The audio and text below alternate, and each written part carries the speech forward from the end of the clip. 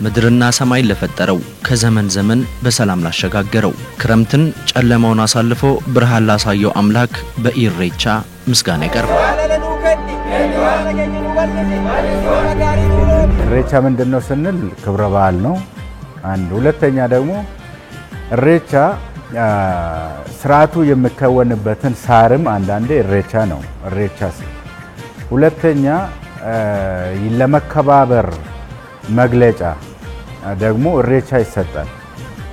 ገንዘብን በዛን ወቅት ገንዘብ እንኳን ቢሆን ስሙ ገንዘብ ስለሚያንስ ምንም ያህል ቢሆን ኢሬቻ ነው። ከጊዜ ጋር ተያይዞ በዚህን ወቅት ጋር ስናያይዘው ክብረ በዓል ነው።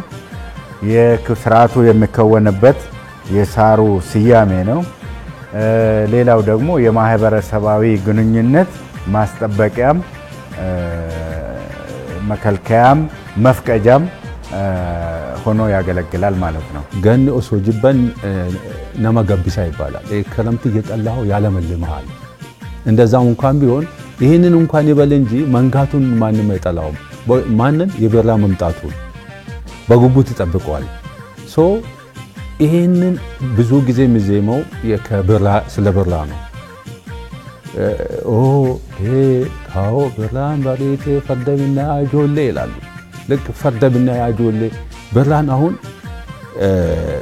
ለመጋለብ ሎክ በራ ነጋ ጭቃ የለም። ፈረሶች የምትጋልብባቸው ሜዳዎችም ከጭቃ ነፃ ናቸው። ፈረሶችም በልቶ ኦልሞስት የተመቻቸው ናቸው። ስለዚህ እንጋልባለን። ስለምንጋልብ ፈረስ እንገዛለን ነው።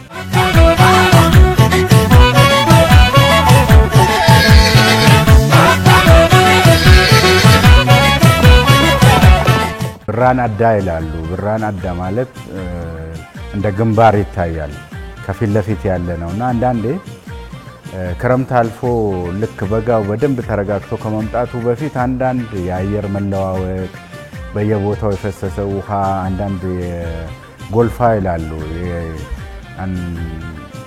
ያልተጠበቁ የበሽታ አይነቶችም ሊፈጠሩ ስለሚችሉ እንደው ይሄንንም ጭምር ልክ እንዳከረምከን ሰላም እንዳደረከን ሁሉ ይሄንንም አሳልፈን የዘራነውን እህል እስካሁን ያየነው ቡቃያውን ያየነው ደግሞ ፍሬ አፍርተህበት ከሰውና ከወፍ ጋር አብላን ነማፍ ስንብራ ወጅን ውላዱ ይላሉ። በሪቴ ማን ሆንጎን ቀቡ ይላሉ።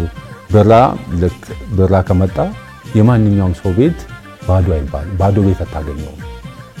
በእያንዳንዱ ቤት የሆነ ነገር አለ ማለት ነው። ቤዚክ የሆኑ ነገሮች ይኖራሉ እንደማለት ነውና እነኚህ ቃላቶችም ይባላሉ ብዙውን ጊዜ።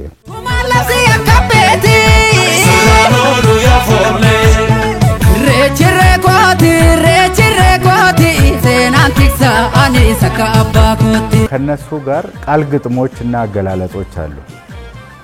አሁን ለምሳሌ አገላለጽ ላይ አሁን ልክ ዝናብ ልክ በዚህን ወቅት በመዘንብበት ጊዜ የብራ ወቅት መስከረም አካባቢ ዝናብ በባህሪው ሞኝ ነው።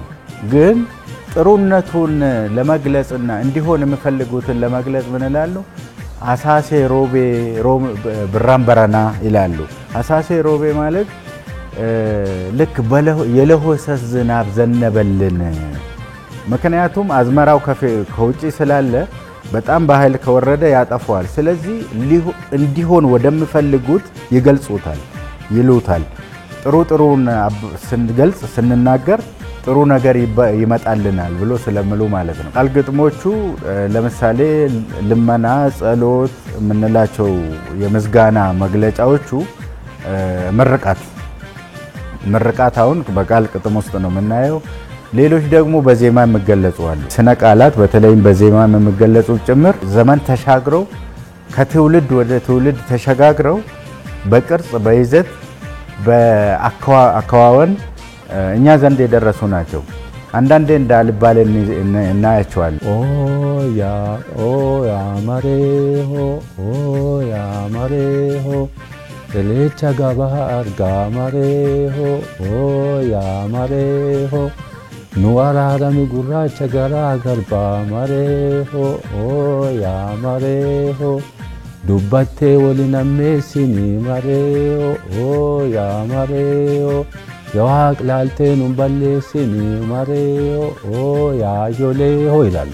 እነኚህ ሴቶች ብዙውን ጊዜ ትርጉሙ ልክ ኢሬቻ በጣም ሰፊ የሚታይ ነው፣ እንደ ገባ የሚታይ ነው አንድ።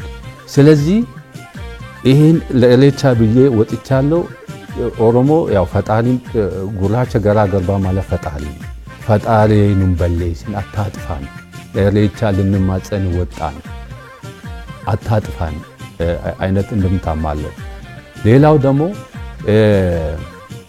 ኦ ያ ማሬዮ ዱባቴ ወሊነሜሲኒ ማለት በነገር መተነካኮሱ አንዱ ሌላ ማስቀየሙን አታድርጉት ነው። ቀጥሎ ዋቀዩን በሌሲኒ ማለት እኛን አይተ ጥፋታችንን አይተ አታጥፋን ይቅር በለን አይነት እንድምታ አለው። እነኚህ ብዙ ወንዶችም ይላሉ ሴቶችም ይላሉ። ብዙውን ጊዜ በሴቶች የሚባሉ ናቸው።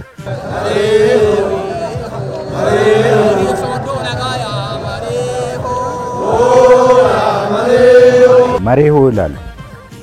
መሬሆ ያዮሌው ያዜማ ሲባል አንድ ሰው ይለዋል። አብዛኛው ሰው አብሮ ብዙ ሰው ግን አንድ ድምፅ በጋራ ሆኖ ኦ ያዮሌው ይላል። አሁን ይሄ ቅላጼው ምነግረን ነገር አለ፣ አካሄዳቸው ምነግረን ነገር አለ። ምን ያህል ለቦታው ክብር እንደሰጡ ለአምላክ ክብር እንደሰጡ የሚገልጽ ነገር አለው። ከዛ ሲመለሱ ደግሞ ሮቤ ደንቦቤ ሮበሲ ገሌ ያሉ ዝናብን በቃ ዘነበልን፣ እርጥብ ሆነ እግራችን፣ ልመናችን ሁሉ ነገር ተሳካ። ዘንቦ ዝናብ ላናገኝ እንችላለን፣ ግን ምን አለው ማለት ነው እንዲዘንብ ዝናብ እንዲቀጥል ሐሳቡ ስላላ ያንን ምኞት ስላላቸው ያንን ይገልጹታል። ኦ ያ ማሬዮ ማሬዮ ኦ ያ ማሬዮ ኢላልቺ ከጎታቲ ማሬዮ ኦ ያ ማሬዮ ሲቱ ዋቀ ሆዳቲ ማሬዮ ማሬዮ ሲቱ መልካ ሆዳቲ ማሬዮ ይላሉ። አሁን የወንዶችም ያው ሴቶችም ተቀብሎ ይላሉ። ይሄንን ሴቶች ሲሉም ወንዶችም ምንም ብዙ እንደዚህ የታወቀ አይነት ድንበርም አይኖርም በዚህ መካከል ሴቶች የሚሉትም ወንዶች የሚሉትም መካከል ግን ይዘወተራል ለማለት ፈልጌ ነውና ያ አሁን ሲቱ ዋቀ ወዳቲ ማለት ፈጣሪ ምን ልበልህ በሃይማኖት መለኮታዊ ሆነ የሳክሪድ የሚባለው በእንግሊዝኛ ሳክሪድ ማለት መለኮታዊ ክብር ያለው ማን አምላክ አደፍሮም ማለት ስለሱ ስሙ ስታነሳ በክብር ነው የምታነሳው፣ ያለ ቦታ መታነሳ ማለት ነው። ስሙን ያለ ቦታ መጣላ ማለት ነው። እንደገና መልካው ደግሞ መልካ ሆዳ ማለት ሲቱ መልካ ሆዳቲ ማለት ያ ቦታ በራሱ መልካው ራሱ ይሄ ዝም ብሎ ምናልባት ውሃ ያለበት አካባቢ ነው አይደል?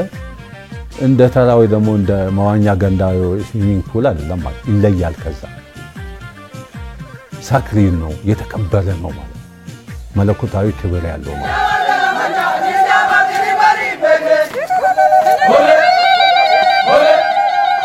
በአብዛኛው ዘፈኖቻችን አውድ ተኮር ናቸው። ከወቅቱ አሁን ለምሳሌ የኢሬቻ ወቅት ዘፈኖች ወቅቱን የሚያሞግሱ ናቸው። ለምለምነትን፣ ወደ ፀሐይ ወደ ብርሃን መውጣትን፣ ወጣትነትን።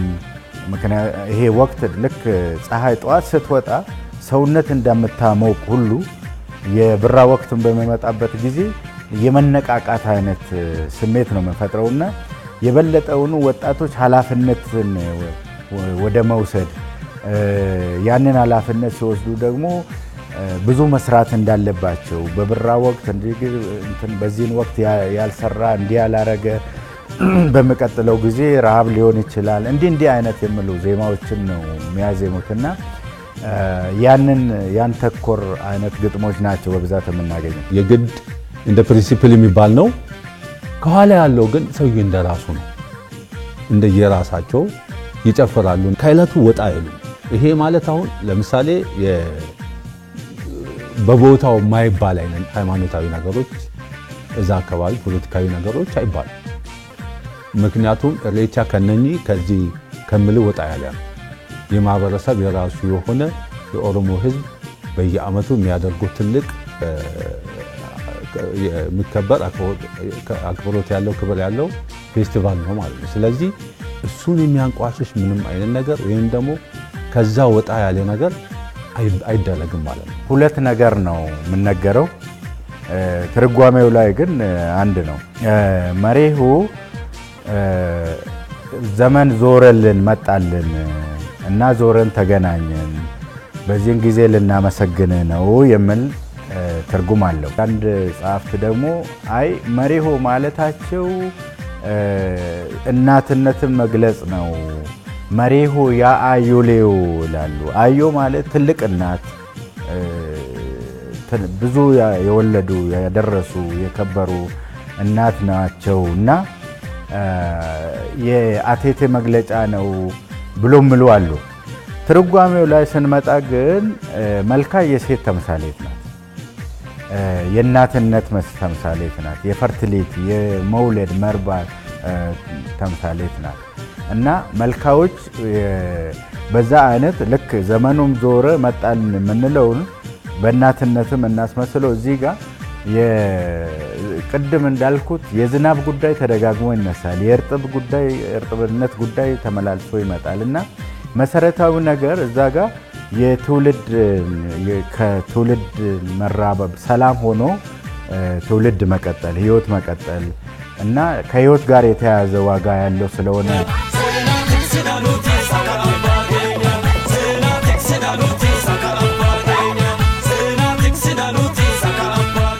ኢሬቻ የሰጥቶ መቀበል ባህሪ ያለው በራሱ ሰጥቶ መቀበል ማን ለማን ምን ይሰጣል ማን ከማን ይቀበላል የሚለው ነገር ስታይ ልክ እንዳልኩ የዚህ አሁን የመልካ አሁን ወደፊት ልናከብረው ሰሞኑን የምናከብረው ኢሬቻ ከክረምት አልፈን ወደ በጋ እየመጣ ነው አይደለ ኦልሞስት አመት ሞላው ከኛው ምን ሰጠው ኦሮሞ ሄዶ ፈጣሪ የሚሰጠው ለፈጣሪ ነው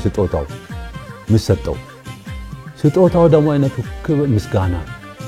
ምስጋና ይሰጣል ለምን እስካሁን ለዚህ ስላደረስከን ብሎ ያመሰግናል ስጦታ ሰጠ ፈጣሪ ከዚህ ውጪ ቁሳዊ የሆነ ስጦታ አይፈልግም ተብሎ ይታሰባል ኦሮሞ ሁለተኛ መቀበልንም ደግሞ በዚህ አጋጣሚ ይቀበላል የሚቀበለው ደግሞ ካመሰገነው በኋላ ምን ያደርጋል ለወደፊት ምህረቱንና በሰላም እንደሚያሻግረው እንደዋስተና ልክ ከፈጣሪ ጋር ከዋቃ ጋር ጋራንቲ እንዳገኝ አድርጎ ይቆጥራል ምን ተቀበለ ምህረትን ተቀብሏል ፈጣሪ በሰላም በአንድነት በፍቅር ያሻገረኛል ብሎ ያስባል ማለት እና ይሄን እነኚህ ሁለቱ መሰረታዊ መሪዎቹ ናቸው መልካ ሲደረስ መልካ አባ መልካ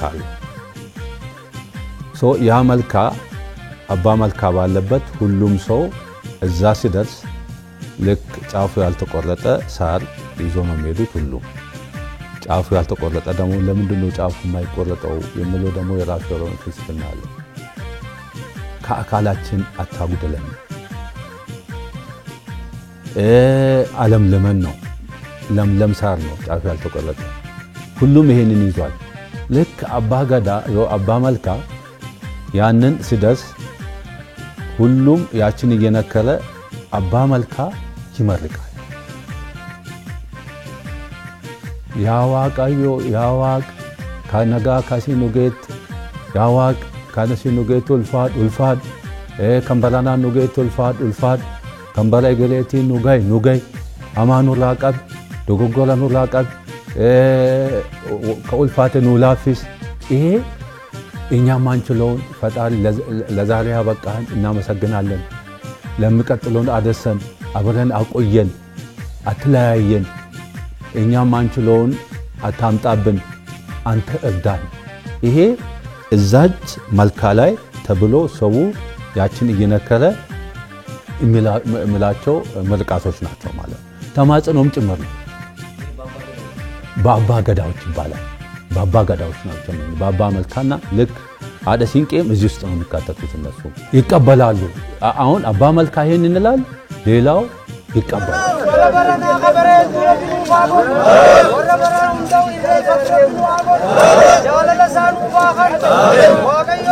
ዋቃዮ ኡልፋድ ከነጋኑ ገልት ነጋኑ ከነጋኑ ብት ነጋኑ ኑኦል ረላጎለን ኦልች ድጎጎለን ኦልች አማኑ ራቃብ ኑራቃብ አምቱ ኑራቃብ ኑራቃብ ከበላና ኑገት በላይ ገሬቲ ኑገይ ይሄን ይላል። እሱ ይላል፣ ሌላው ይቀበላል ማለት እና ይሄንን ነው እዛ አሁን ጭፈራ ሳይሆን ኦን ስፖት እዛች መልካ ላይ የሚባለው የምርቃት እና የተማጽኖ ቃላቶች ናቸው ማለት ነው የሚጠቀሙባቸው። እዛ ጋር አሁን እንደ ህግ ተደርጎ በዚህ ጋር ሂዱ እከሌ ይቅደም።